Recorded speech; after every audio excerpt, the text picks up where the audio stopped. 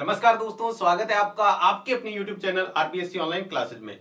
अपन बात कर रहे थे क्लास 10th का चैप्टर नंबर 14, जिसके अंदर एक्सरसाइज चल रही थी 14.1, जिसके हमने लगभग सवाल कर लिए थे, जिसमें हमने प्रत्यक्ष विधि भी सीखी। पिछले वीडियो में हमने बहुत महत्वपूर्ण जो कल्पित विधि और पद विचलन विधि है दोनों ही देखे थे। अगर आपने पीछे वाला वीडियो नहीं देखा है तो वो भी जरूर देखिएगा, क्योंकि एग्जाम के अंदर कल्पित विधि बहुत ज्यादा बार पूछी जाती है और कल्पित विधि बहुत ही आसान से तरीके से आपको पीछे वीडियो में बताई हुई।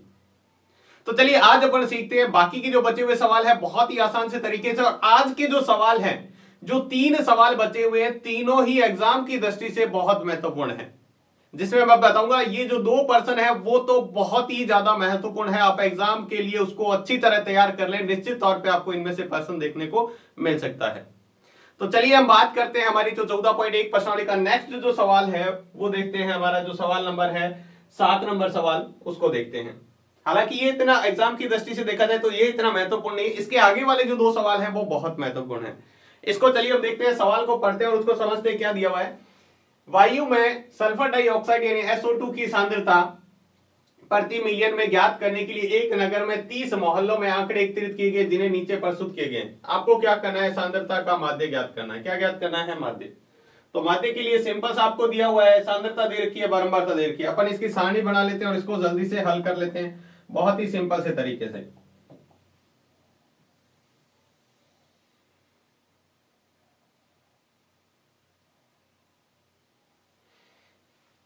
यहां पर हम इसको ले लेते हैं इस तरह से, यहां पर हम इसका लिखेंगे,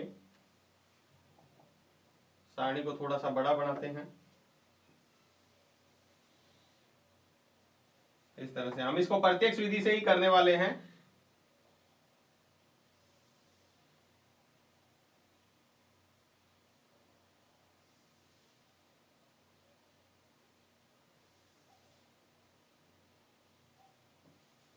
यहाँ पर इसका योग आ जाएगा, यहाँ पर इसकी हेडिंग आ जाएगी। चलिए हमने सारणी बना ली है, अब इसके अंदर जल्दी से मान रखते हैं और अपना सवाल हल करते हैं। देखिएगा यहाँ पर हमें दे रखा है सांद्रता, हम लिखे हैं SO2 की सांद्रता। SO2 की सांद्रता यहाँ दे रखी है बारंबारता। बारंबारता यानी क्या होता है, F। कितना दे रखा है, 0.00 से 0.04, यही मान दे रखा है। यहां पर दे रखा है 0.04 से 0.08, उसके बाद दे रखा है 0.08 से लगा के 0.12, यहां पर दे रखा है 0.12 से लगा के 0.16, 0.16 से लगा के 0.20 और 0.20 से लगा के 0.24। ये हमें दे रखा है वर्ग अंतराल। ठीक है, मान दे रखे हैं यहां पर 4, 9, 9, 2, 4, 2। जो आपकी अच्छा अनुसार आप कोई सी भी विधि लगा सकते हैं। आप चाहे तो यहां पर कौन सी विधि, आप चाहे तो यहां पर कल्पित विधि लगा सकते हैं, प्रत्यक्ष विधि लगा सकते हैं, या फिर पद विचलन। सबसे ज्यादा महत्वपूर्ण 2 ही है, प्रत्यक्ष विधि और कल्पित विधि। चलिए हम इसको हल करते हैं। सबसे पहले हम निकालेंगे इसका मध्यमान यानी x। इन दोनों के बीच की संख्या, इन दोनों के बीच की संख्या क्या आ जाएगी, 0.02, दोनों को जोड़ के। इसके बीच में देखो 4 और 6 के बीच में कौन सी आती है, सॉरी 4 और 8 के बीच में कौन सी आ जाएगी, 6। यहां पे आ जाएगी 10, यहां पे कौन सी आ जाएगी 14, यहां पे कौन सी आ जाएगी 18, यहां पे कौन सी आ जाएगी 22। अब हमें क्या करना है, fx ज्ञात करना है। fx की गुणा कर लेते हैं और हमारा सवाल बहुत ही आसान सा। 0.02 को 4 से गुणा करेंगे तो कितना आ जाएगा, 0.8। इसको गुणा करेंगे तो 9 6 54। इसको गुणा करेंगे तो 0.90। 14 को 2 से गुणा करेंगे तो 0.28। 18 को 18 चौके 72। 22 को 2 से गुणा करेंगे 44। अब हमें क्या करना होता है, हमें क्या करना है, f का मान ज्ञात करना है। इसका देखो 4 9 13, 13 और 9 कितने, 22, 22 और 2 24, 24 और 4 28 और 2 30। हमें कहा हुआ था 30, ये रहे देखो 30 मान लो के, तो ये 30। अब इसको जोड़ना है हमें, इसको जोड़ो 4 8 और 4 12, 12 और 8 20, 20 और 4 24 और 4 28, 28 का 2। 5 और 2 7, 7 और 9, 7 और 9 16, 16 और 2 18, 18 और 7 25, 25 और 4 29, 25 और 4 कितने होते हैं? 25 और 4 29, हासिल लगी 2, तो यह आ गया 2.98। अब हमें समांतर माध्य ज्ञात करना है। x बराबर क्या होता है? सिग्मा एफ एक्स बटे सिग्मा एफ। मान रखो सिग्मा एफ एक्स का मान कितना है? 0.98 बटे 30, यानी इसके अंदर भाग करेंगे तो हमारा उत्तर आ जाएगा। देखो भाग सीधा सा करके देख लेते हैं। यहाँ पे 2.98 में भाग देना है 30 का, सीधा ही भाग नहीं जा रहा तो अपन क्या करेंगे, पहले से ही देखो पॉइंट वाली संख्या आ गई तो पॉइंट पहले से आ जाएगा। एक बार में देखो इनमें भाग नहीं जा रहा, हमें तीनों संख्या लेनी है, तीनों में भाग जाएगा तो कितना आ जाएगा? देखो तीनों में भाग जाएगा तो कितना आ जाएगा? यहां पे आ जाएगा हमारा, तीन संख्या में भाग देंगे तो 7 9 बार, 9 बार 270, कितना बचेगा? यहाँ 2 यहाँ 8, फिर हम देंगे फिर से 9 बार जाएगा तो कितना आ जाएगा? यहाँ आ जाएगा 10, 0.99, 0.99, लगभग इसका समांतर माध्य कितना आ जाएगा? 0.99।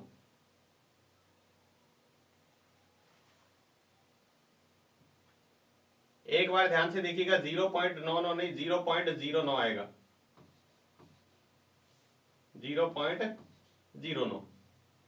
0.09 क्यों आया? देखो पहले ही संख्या में भाग देंगे, नहीं जा रहा पहली संख्या में, अब भाग नहीं जा रहा तो हम क्या लगा देते हैं? 0 पॉइंट लगाया। पॉइंट में देखो एक संख्या लिख सकते हैं, पॉइंट के बाद में हमने एक संख्या यहां लिखी, यहां पे इसको तो नहीं जा रहा तो हमने क्या किया? दूसरी संख्या और ली तो 0.0, यहां पर क्या इतना आएगा?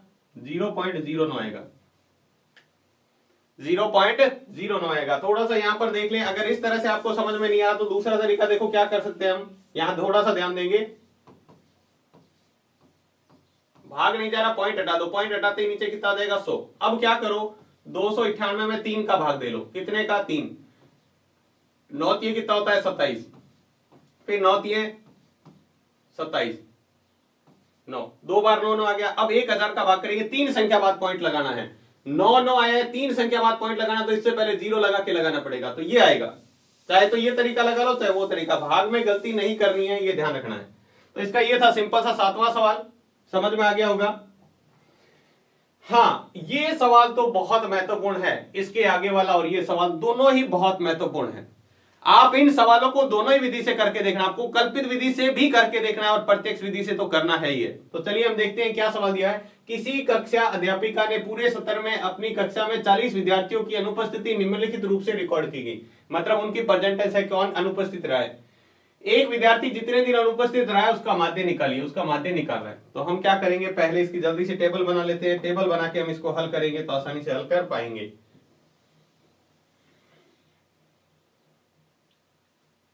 हम इसको ले लेते हैं प्रत्यक्ष विधि से, आप इसको कल्पित विधि से भी करके जरूर बताइएगा, बहुत महत्वपूर्ण है ये, आपकी कल्पित विधि से भी पूछा जा सकता है।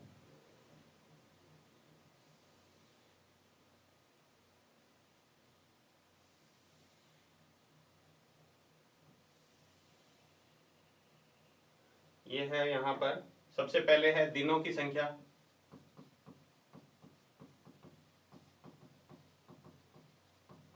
यहाँ है विद्यार्थियों की संख्या, विद्यार्थियों की संख्या जो हमारा क्या है? एफ है। चलो हम जल्दी से लिख लेते हैं, 0 से 6, 6 से 12, 12 से 18, 18 से हमारा है, सॉरी थोड़ा सा 0 से 6, 6 से 10, 6 से 10, 10 से 14, 14 से 20, 20 से 28, 28 से 38 और फिर 38 से 40। इनकी बारंबारता दे रखी है, यहां पर है 11, 10, 7, 4, यहां पर भी 4 और 3 और 1। हमें क्या करना है, यहां पे सबसे पहले हम मध्यमान निकालेंगे x, इन दोनों को जोड़ के इसका आधा करो। अब देखो यहां पर अंतर समान नहीं है, ये ध्यान रखना, तो इन दोनों का जोड़ के आधा करेंगे, ये आ जाएगा 3। इसको आधा करेंगे 16 का आधा कितना होता है 8। यहाँ इनको जोड़ेंगे 24, 24 का आधा कितना होता है 12। इनको जोड़ा तो 34, 34 का आधा कितना होता है 17। 28 और 10 कितने, 28 और 20 48, 48 का आधा कितना होता है 24। 38 और 28 कितने हो गए 38 और 28, 10 का अंतर है 5 जोड़, तो 28 में 5 जोड़ेंगे तो 28 और 5 33। यहां पर अंतर है 2 का, 38 से 40 सिर्फ 2 का अंतर है, तो ये आ जाएगा 39। अब हम क्या करेंगे fx निकालेंगे। क्या निकालेंगे fx, और इसका मान निकाल लेते हैं। 11 को 3 से गुणा करेंगे 11 तिया 33, 10 को 8 से गुणा करेंगे 80, 12 सत्ते कितना होता है 84, 17 चौके कितना होता है 68, 24 चौके कितना होता है 96, 33 तिया 99 और 39 एकम 39। अब हमें सिग्मा एफ जोड़ना है, ये है हमारा सिग्मा एफ। जोड़ो कितना है, साथ में दिया हुआ है, देखो हमें 40 परिवार 40 हो रहा है नहीं हो रहा है। 11 और 10 कितने हो 21 और 7 28 और 4 32 और 4 36, 36 और 3 39 और 1 40, और से साथ में इसको जोड़ लेते हैं। 3 और 4 7 और 8 15, 15 और 6 21, 21 और 9 कितने हो गए 30, 30 और 9 39, 9 3 हासिल लगी, 3 3 6 और 8 14, 14 और 8 कितने हो गए 22, 22 और 6 कितने हो गए 28, 22 और 6 28, 28 और 9 कितने हो गए 37, 37 और 9 28 और 9 37, 37 और 9 कितने हो गए 46, 46 और 3 49, कितने आ गए 49, कितना आया 499। हमें क्या निकालना है समांतर माध्य। क्या सूत्र होता है सिग्मा एफ एक्स बटे सिग्मा एफ।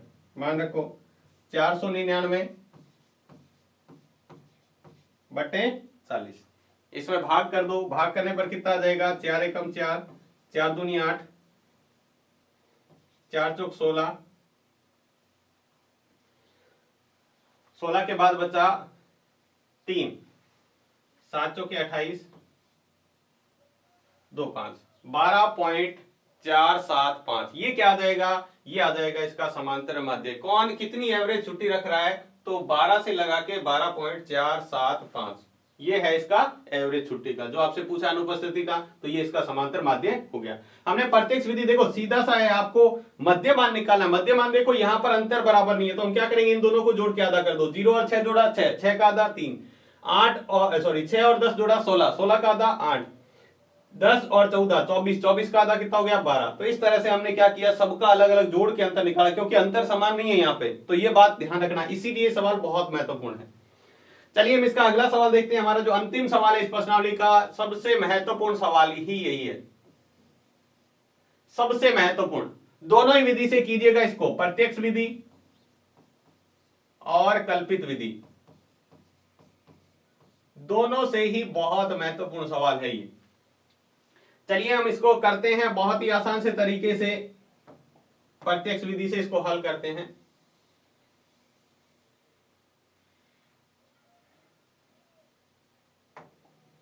पहले बनाते हैं इसकी टेबल।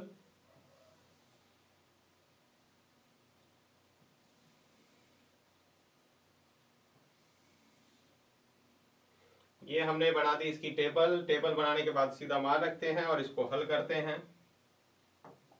सबसे पहले है साक्षरता दर। यहां है नगरों की संख्या, जो हमारा क्या होती है जी, जल्दी से लिख दो। 45 से 55, 55 से 65, 65 से 75, 75 से 85, 85 से 95। और इसके एफ के जो मान है यहां है 3, 10, 11, 8 और 3। आपको क्या दे रखा है 35 नगरों की साक्षरता दर, तो इनका मान कितना होगा 35। चाहे आप जोड़ के देख लो चाहे निकाल के देख लो सीधा। 10 और 3 13, 13 और 11 कितने हो गए 24, 24 और 8 कितने हो गए 32, 32 और 3 कितने हो गए 35। अब हम निकालेंगे मध्यमान यानी x, इसको जोड़ के इसका आधा। देखो अब सब में बराबर बराबर अंतर है 10 का, तो हम पहली वाली संख्या में 10 का आधा कितना होता है, जितने का अंतर है उससे आधा पहली संख्या में जोड़ दो। यह जोड़ के देख लो 45 और 50 तो 45 और 55 कितने होते हैं 100, 100 का आधा 50, इनका कितना हो जाएगा 60, इनके बीच की संख्या 70, इनके बीच की संख्या 80, इनके बीच की संख्या 90। आप जोड़ के दोनों का आधा करके देख लो, यही आएगा। अब हमें क्या निकालना है, एफ एक्स।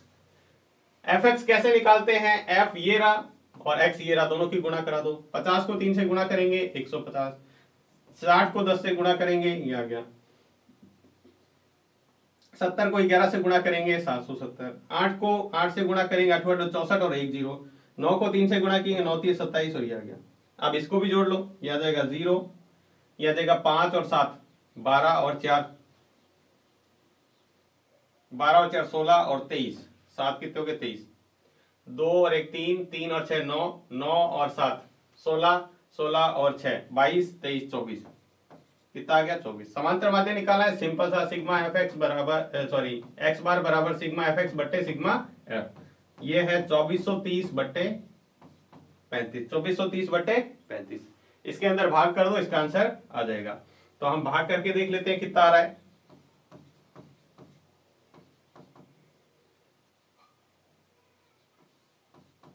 पैंतीस में कितनी बार भाग जाएगा, देखो 7 बार भाग दे के देखते हैं। 35 सत्य कितना होता है, 7 पंजे 35, 3 7 21 और 3 24, 45 ज्यादा आ रहा है। 6 बार जाएगा भाग, कितनी बार 6 बार, तो 6 बार जाएगा तो 6 पंजे 30, 6 तिया 18 19 20 21। अब इसमें से घटा दो, ये आ जाएगा 3, ये आ जाएगा 3, ये 0। फिर कितनी बार भाग जाएगा,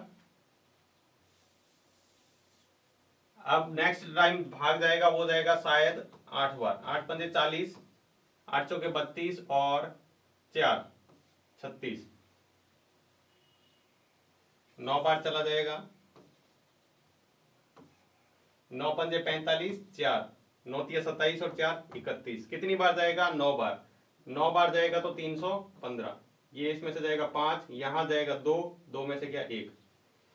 अब इसके आगे लगाएंगे 0, तो यह आ जाएगा 69 पॉइंट। अब कितनी बार जाएगा, 3 बार, तो 3 बार जाएगा तो देखो 150, मैं यहां पर करके देख रहा हूं आगे 150, 35 दिए कितना हो गया 70, 105 सॉरी 4 बार, कितनी बार जाएगा 4 बार। 4 बार कितना आ जाएगा 140, कितना बचा 10। अब जाएगा 35 दूनी 70 2 बार, यह आ जाएगा 59.42, 69.42। भाग करके देख लो आप, 69 पॉइंट कितना आ जाएगा 42, लगभग 69.42। आप चेक करके देख लो एक बार, कहीं गलती नहीं हो। इस गुणा में चेक करके देखो ये, और साथ में इनको ऐड करके देख लो, कहीं कोई मिस्टेक नहीं हो। अगर मिस्टेक होगा तो अपना सवाल में आंसर गलत आ सकता है। सिर्फ कैलकुलेशन को ध्यान रखना है ताकि आपकी कोई गलती न हो। तो ये थी आपकी 14.1 प्रश्नावली के सारे सवाल। लास्ट वाला जो सवाल है और 8वां और 9वां सवाल आप दोनों तरीके से करके देखें। आप इसको प्रत्यक्ष विधि से भी कीजिएगा और कल्पित विधि से, बहुत महत्वपूर्ण है। इस प्रश्नावली में जो पूछे वाले सवाल है मैंने आपको बता दिए हैं, वो सवाल बहुत महत्वपूर्ण है, इसको अच्छी तरह से प्रैक्टिस कीजिएगा। इस प्रश्नावली में बस इतना ही। नेक्स्ट प्रश्नावली में अपन बात करेंगे आपके बहुलक के बारे में। बहुत ही सिंपल सी प्रश्नावली है, अगले वीडियो में अपन उसकी बात करने वाले हैं। पूरी प्रश्नावली बहुत ही महत्वपूर्ण है और बहुत ही शानदार प्रश्नावली है, आपके बहुत महत्वपूर्ण भी है। तो आज की वीडियो में बस इतना ही, मिलते हैं नेक्स्ट वीडियो में नई प्रश्नावली के साथ। तब तक के लिए धन्यवाद।